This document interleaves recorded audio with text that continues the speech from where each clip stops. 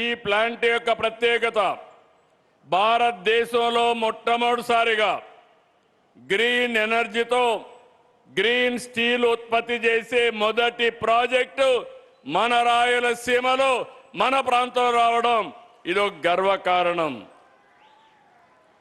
ఇంకో పక్క మీరు ఒకసారి చూస్తే ఇక్కడ కావలసిన భూమి ఇచ్చాం. గండికోట జలాశయం నుంచి 15 కిలోమీటర్ల పైప్ లైన్ వేసి 2 టీఎంసీ నీళ్లు ఇస్తున్నాం. జాతీయ రహదారిని 12 కిలోమీటర్లతో కనెక్ట్ చేస్తాం. ముద్దనూరు రైల్వే స్టేషన్కి 12 కిలోమీటర్ రైల్వే లైన్ వేస్తాం.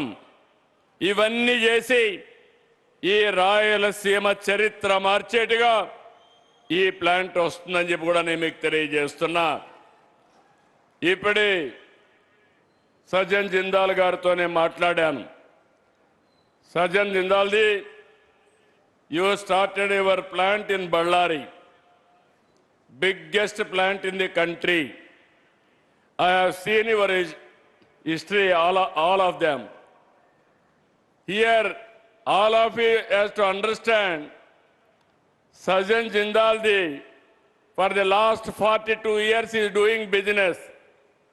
So far, he is able to invest 10 lakh crores investment in 2 states, that is Maharashtra and Karnataka. Ballari is the biggest steel plant. Steel and stainless steel is number 1 in the country. Pipes and large diameter pipes is number 1 in the country. Flexible packing films is number 1. Power and energy is number 5. Cement is number 5. Ports is number 2. With all these things, I asked him only one thing. Our JSW Rayalaseema Steel will be bigger than Ballari.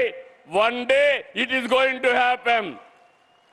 That is 20 million plant. We are starting only 2 million plant. But we are having iron ore. I am assuring you, from Rayalaseema, we are having iron ore. I am going to give you iron ore. You have to produce steel. Make one of the biggest unit in India. That is the commitment I need from you. ఇది వస్తే మన జీవితాలే మారతాయి. ఇక్కడ అన్ని వస్తువులు ఉన్నాయి. రాయలసీమ వాసులు మనం గుర్తుపెట్టుకోవాలి. మనకు మినరల్ వెల్త్ ఉంది,